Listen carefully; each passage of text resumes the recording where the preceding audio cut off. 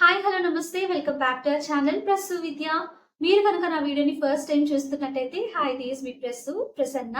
ఇవాళ వీడియో ఏంటి అన్నది ఆల్రెడీ మీరు thumbnail చూడగానే మీకు అర్థమైపోయి ఉంటుంది. సో హెయిర్ కండిషనర్ గురించి ఇవాళ మీతో డిస్కస్ చేయబోతున్నాను.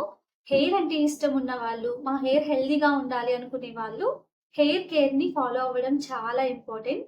సో హెయిర్ కేర్ లో షాంపూని యూజ్ చేయడం ఎంత ఇంపార్టెంటో షాంపూ తర్వాత కండిషనింగ్ కూడా అంతే ఇంపార్టెంట్ అన్నమాట. సో చాలా మంది షాంపూ చేసుకున్న తర్వాత హెయిర్ కండిషనర్ ని యూజ్ చేయకుండా అలానే వదిలేస్తూ ఉంటారు.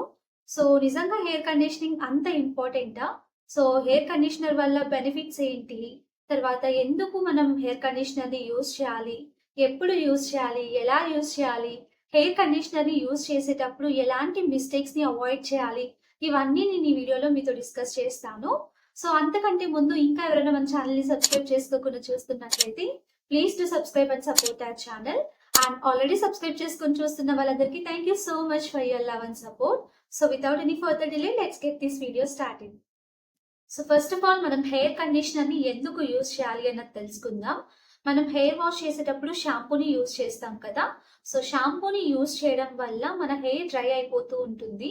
ఎందుకు అంటే మన హెయిర్ లో ఉన్న న్యాచురల్ ఆయిల్స్ ని తగ్గించేసి మాయిశ్చర్ కంటెంట్ ని మొత్తం రిమూవ్ చేస్తుంది. సో అలా ఉన్నప్పుడు మనం హెయిర్ కండిషనర్ ని యూజ్ చేసాము అంటే ఆ మాయిశ్చర్ కంటెంట్ ని మొత్తం రీస్టోర్ చేస్తుంది. సో దట్ మన హెయిర్ మొత్తం సాఫ్ట్ గా స్మూత్ గా అవుతుంది. అంతేకాకుండా హెయిర్ బ్రేకేజ్ అన్నది ప్రివెంట్ చేస్తుంది అనమాట హెయిర్ కండిషనర్ ని యూజ్ చేయడం వల్ల. ఇంకా అంతేకాకుండా మన హెయిర్ క్యూటికల్స్ ని కూడా స్ట్రెంగ్థెన్ చేస్తుంది. హెయిర్ క్యూటికల్స్ అంటే ఏంటి అంటే హెయిర్ స్టాండ్ కి ఉన్న ఒక అవుటర్ సర్ఫేస్ లేయర్ అన్నమాట. సో దాన్ని ప్రొటెక్ట్ చేస్తూ మన హెయిర్ బ్రేకేజ్ అవ్వకుండా, ఫ్రిజీనెస్ రాకుండా, డ్యామేజ్ అవ్వకుండా చాలా వరకు ప్రొటెక్ట్ చేస్తుంది. ఇంకా అంతేకాకుండా మనం హెయిర్ కండిషనర్ ని యూజ్ చేయడం వల్ల మన స్కాల్ప్ అన్నది కూడా కొంచెం ప్రొటెక్ట్ అవుతుంది అనమాట. ఎందుకు అంటే హెయిర్ బ్రేకేజ్ తగ్గడం వల్ల సో హెయిర్ అన్నది హెల్దీగా ఉంటుంది. స్కాల్ప్ మీద ఎక్కువ ప్రెషర్ పడదనమాట హెయిర్ ని ఇలా కోమ్ చేసినప్పుడు. And one more important thing ఏంటి అంటే హెయిర్ కండిషనర్ ని యూజ్ చేయడం వల్ల మనం బయట తిరుగుతూ ఉంటాం కదా, సన్ డ్యామేజ్ నుండి కూడా మన హెయిర్ ని ప్రొటెక్ట్ చేస్తుంది. అండ్ అంతేకాకుండా మెయిన్ గా మన హెయిర్ కి ఏమైనా చిన్న చిన్న డ్యామేజెస్ ఏవైనా ఉంటే వాటన్నిటిని ఫిల్ చేసేసి ఫర్దర్ గా మన హెయిర్ కి ఎలాంటి డ్యామేజ్ జరగకుండా ప్రొటెక్ట్ చేస్తుంది. అండ్ ట్యాంగిల్స్ ఎక్కువ ఫామ్ అవుతూ ఉంటాయి కదా మనం కోమ్ చేసేటప్పుడు. సో కండిషనర్ ని యూజ్ చేయడం వల్ల అలా ట్యాంగిల్ ఫ్రీ అయిపోయి హెయిర్ స్ట్రాండ్స్ కి మధ్యలో ఉన్న ఫ్రిక్షన్ ని రెడ్యూస్ చేస్తుంది. సో దట్ హెయిర్ బ్రేకేజ్ జరగదు, మన స్కాల్ప్ హెల్త్ కూడా మంచిగా ఉంటుంది. అండ్ మన హెయిర్ స్మూత్ గా సిల్కీగా ఉంటుంది, షైనింగ్ కూడా వస్తుంది హెయిర్ కండిషనర్ ని యూజ్ చేయడం వల్ల. మనం హెయిర్ కండిషనర్ ని ఎందుకు యూజ్ చేయాలో తెలుసుకున్నాం కదా. ఇప్పుడు ఎలా యూజ్ చేయాలో చెప్తాను. ఒక 5 స్టెప్స్ లో మనం హెయిర్ కండిషనర్ ని యూజ్ చేయాల్సి ఉంటుంది. ఫస్ట్ స్టెప్ ఏంటి అంటే వాష్ యువర్ హెయిర్. సో మనం ఏదైనా మైల్డ్ షాంపూ తీసుకొని మన హెయిర్ ని వాష్ చేసుకోవాలి. So that excess oil, dirt మొత్తం రిమూవ్ అయిపోతుంది. అండ్ మెయిన్ గా షాంపూ చేసుకునేటప్పుడు హెయిర్ వాష్ కోసం మనం ల్యూక్ వామ్ వాటర్ ని మాత్రమే యూజ్ చేయాలి. చాలా మంది ఎక్కువ వేడిగా ఉన్న వాటర్ ని యూజ్ చేస్తూ ఉంటారు. సో మెయిన్ గా హెయిర్ కి అయితే అలాంటి వాటర్ అస్సలు యూజ్ చేయకూడదు. సో నెక్స్ట్ స్టెప్ ఏంటి అంటే అప్లయింగ్ హెయిర్ కండిషనర్. షాంపూ చేసుకున్న తర్వాత తరోగా అది మొత్తం వాష్ చేసుకున్నాక ఆ హెయిర్ కండిషనర్ ని మనం హెయిర్ కి అప్లై చేసుకోవాల్సి ఉంటుంది. సో ఎంత క్వాంటిటీ అయితే మన ప్యాకేజ్ మీద రికమెండ్ చేసి ఉంటారో అంత క్వాంటిటీలో మాత్రమే మనం హెయిర్ కండిషనర్ ని యూజ్ చేయాలి. సో కొంచెం మన హెయిర్ లెంత్ ని బట్టి కొంచెం హెయిర్ కండిషనర్ ని తీసుకొని ఇలా పామ్స్ మధ్యలో రబ్ చేసుకొని హెయిర్ కి మొత్తం ఈవెన్ గా అప్లై చేసుకోవాల్సి ఉంటుంది. And one more important thing ఏంటి అంటే మనం హెయిర్ కండిషనర్ ని స్కాల్ప్ కి అప్లై చేసుకోకూడదు. జస్ట్ ఇలా లెంత్ కి మాత్రం అండ్ ఇలా ఎండ్స్ లో మాత్రమే అప్లై చేసుకోవాలి. సో లాంగ్ హెయిర్ ఉన్న వాళ్ళైతే ఇలా చిన్ లెవెల్ వరకు హెయిర్ ని తీసుకొని ఇక్కడ నుండి అప్లై చేసుకోవడం చాలా వరకు మంచిది. స్కాల్ప్ కి అయితే మనం హెయిర్ కండిషనర్ ని అస్సలు యూజ్ చేయకూడదు. సో అలా హెయిర్ కండిషనర్ అప్లై చేసుకున్న తర్వాత నెక్స్ట్ స్టెప్ ఏంటి అంటే వర్క్ ఆన్ ఇట్. సో ఇలా ఫింగర్స్ ని యూజ్ చేసి మొత్తం ఈవెన్ గా మన హెయిర్ కండిషనర్ ని మన హెయిర్ లెంత్ కి మొత్తం స్ప్రెడ్ చేయాల్సి ఉంటుంది. సో ఫింగర్స్ అయినా యూజ్ చేసి చేయొచ్చు, లేదు అంటే వైట్ టూత్ కూంబ్ ఉంటుంది కదా, అంటే బ్రిజల్స్ దూరంగా ఉండే కోంబ్. సో ఆ కూమ్‌తో మొత్తం హెయిర్ కండిషనర్‌ని స్ప్రెడ్ చేయాల్సి ఉంటుంది. అండ్ నెక్స్ట్ స్టెప్ ఏంటి అంటే అలా ఫింగర్స్‌తో మొత్తం ఈవెన్‌గా మనం హెయిర్ కండిషనర్‌ని అప్లై చేసుకున్న తర్వాత wait for a couple of minutes. Like ఒక 5 మినిట్స్ అలా మనం దాన్ని ఉంచేయాల్సి ఉంటుంది. సో ప్యాకేజ్ మీద రికమెండ్ చేసుంటారు. మనం వాడే కండిషనర్‌ని బట్టి ఒక 5-10 మినిట్స్ దాకా దాన్ని అలానే లీవ్ చేసేసి నెక్స్ట్ స్టెప్ ఏంటి అంటే రిన్స్ థరోలీ. మనం కండిషనర్‌ని అప్లై చేసుకున్న తర్వాత ఆ కండిషనర్ మొత్తం మన హెయిర్ నుండి ఖచ్చితంగా రిమూవ్ చేసేసుకోవాలి. సో కొంచెం క్వాంటిటీ కూడా అస్సలు మన హెయిర్ మీద ఉండకూడదు. అలా ఉంది అంటే ఖచ్చితంగా మన హెయిర్ హెల్త్ అన్నది డ్యామేజ్ అవుతుంది. కాబట్టి తరోగా మనం వాష్ చేసుకోవాలి హెయిర్ కండిషనర్‌ని. అస్సలు లీవ్ చేయకూడదనమాట మన హెయిర్ మీద. సో ఇప్పుడైతే when to apply hair conditioner. మనం హెయిర్ కండిషనర్‌ని ఎప్పుడెప్పుడు యూజ్ చేయాలో తెలుసుకుందాం. మనం హెయిర్ వాష్ చేసుకున్న ప్రతిసారి హెయిర్ కండిషనర్‌ని కూడా యూజ్ చేయాలి షాంపూతో పాటు. ఒకవేళ షాంపూ చేసుకోలేదు కానీ మనకి హెయిర్ కండిషనింగ్ కావాలి అనుకున్నప్పుడు కూడా షాంపూని యూజ్ చేయకపోయినా పర్లేదు. హెయిర్ కండిషనర్‌ని యూజ్ చేయొచ్చు. హెయిర్ కండిషనర్‌ని యూజ్ చేయడం వల్ల మన హెయిర్ డ్రైగా లేకుండా హైడ్రేటెడ్‌గా ఉంటుంది. అండ్ ఆయిలీ హెయిర్ ఉన్న వాళ్ళు మాత్రం హెయిర్ కండిషనర్‌ని మరీ ఎక్కువగా యూజ్ చేయకూడదు.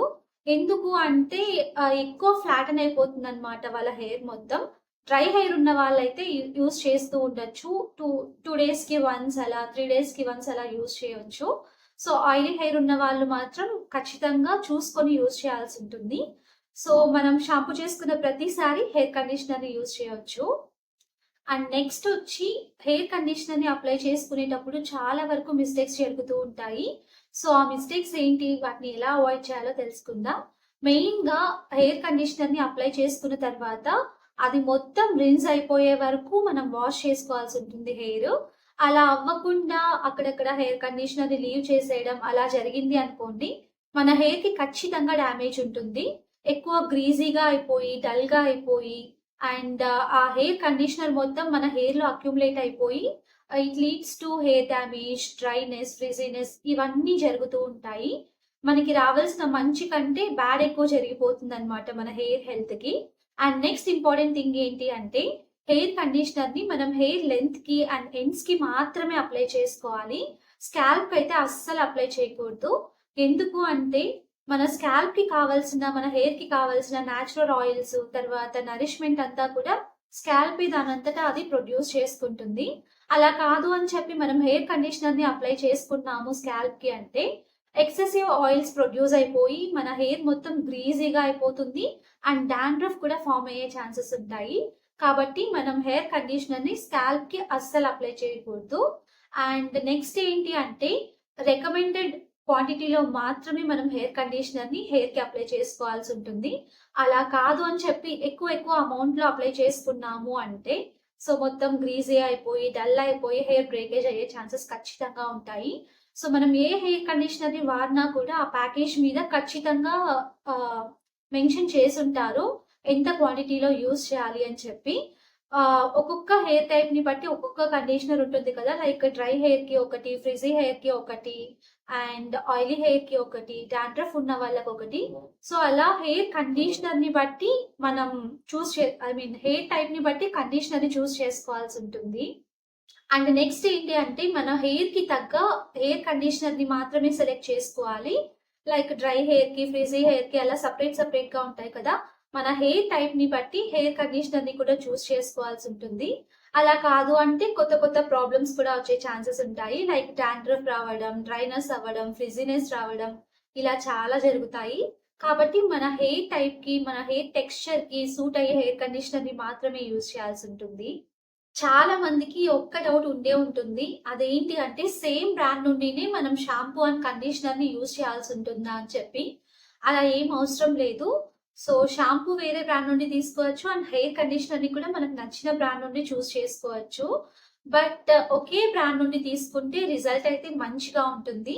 ఎందుకు అంటే 2 ఒకే బ్రాండ్ నుండి తీసుకుంటే వాటి ఫార్ములా అనేది రిలేటెడ్‌గా ఉంటుంది. అండ్ మనకొచ్చే బెనిఫిట్స్ అన్నీ కూడా సిమిలర్‌గా ఉంటాయి కాబట్టి రిజల్ట్స్ అనేవి కూడా బెస్ట్ ఉంటాయి. మార్కెట్‌లో మనకి చాలా బ్రాండ్స్ నుండి హెయిర్ కండిషనర్స్ ఉన్నాయి. డవ్ అని, L'Oreal Paris, Mamaearth, B Blunt and Pantene and Tresemme ఇలా చాలా బ్రాండ్స్ ఉన్నాయి కదా. వాటన్నిటిలో ది బెస్ట్ ఏది అంటే నేను డవ్‌ని రికమెండ్ చేస్తాను. నేనైతే డవ్‌ని చాలా రోజుల నుండి యూజ్ చేస్తున్నాను.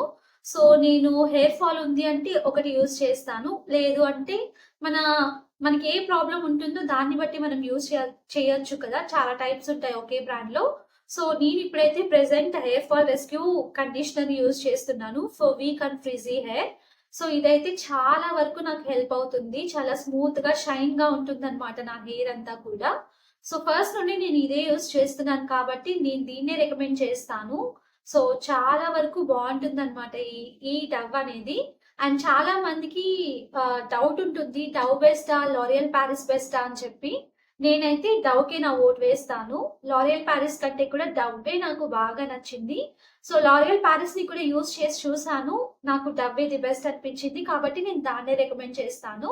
ఇంకా వేరే వేరే బ్రాండ్స్ అన్నీ ఉన్నాయి కదా. సో, మీకు నచ్చిన బ్రాండ్‌ని మీరు తీసుకొని దాన్ని యూజ్ చేసుకోవచ్చు.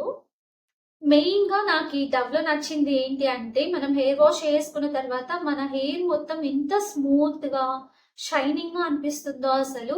టాంగిల్స్ అన్నవి చాలా వరకు తగ్గుతాయి. నాది లాంగ్ హెయిర్ కాబట్టి ఎక్కువ చిక్కు పట్టిపోతూ ఉంటుంది. సో, కండిషనర్ యూజ్ చేసిన రోజు మాత్రం కొంచెం స్మూత్‌గా, టాంగిల్ ఫ్రీగా అనిపిస్తుంది.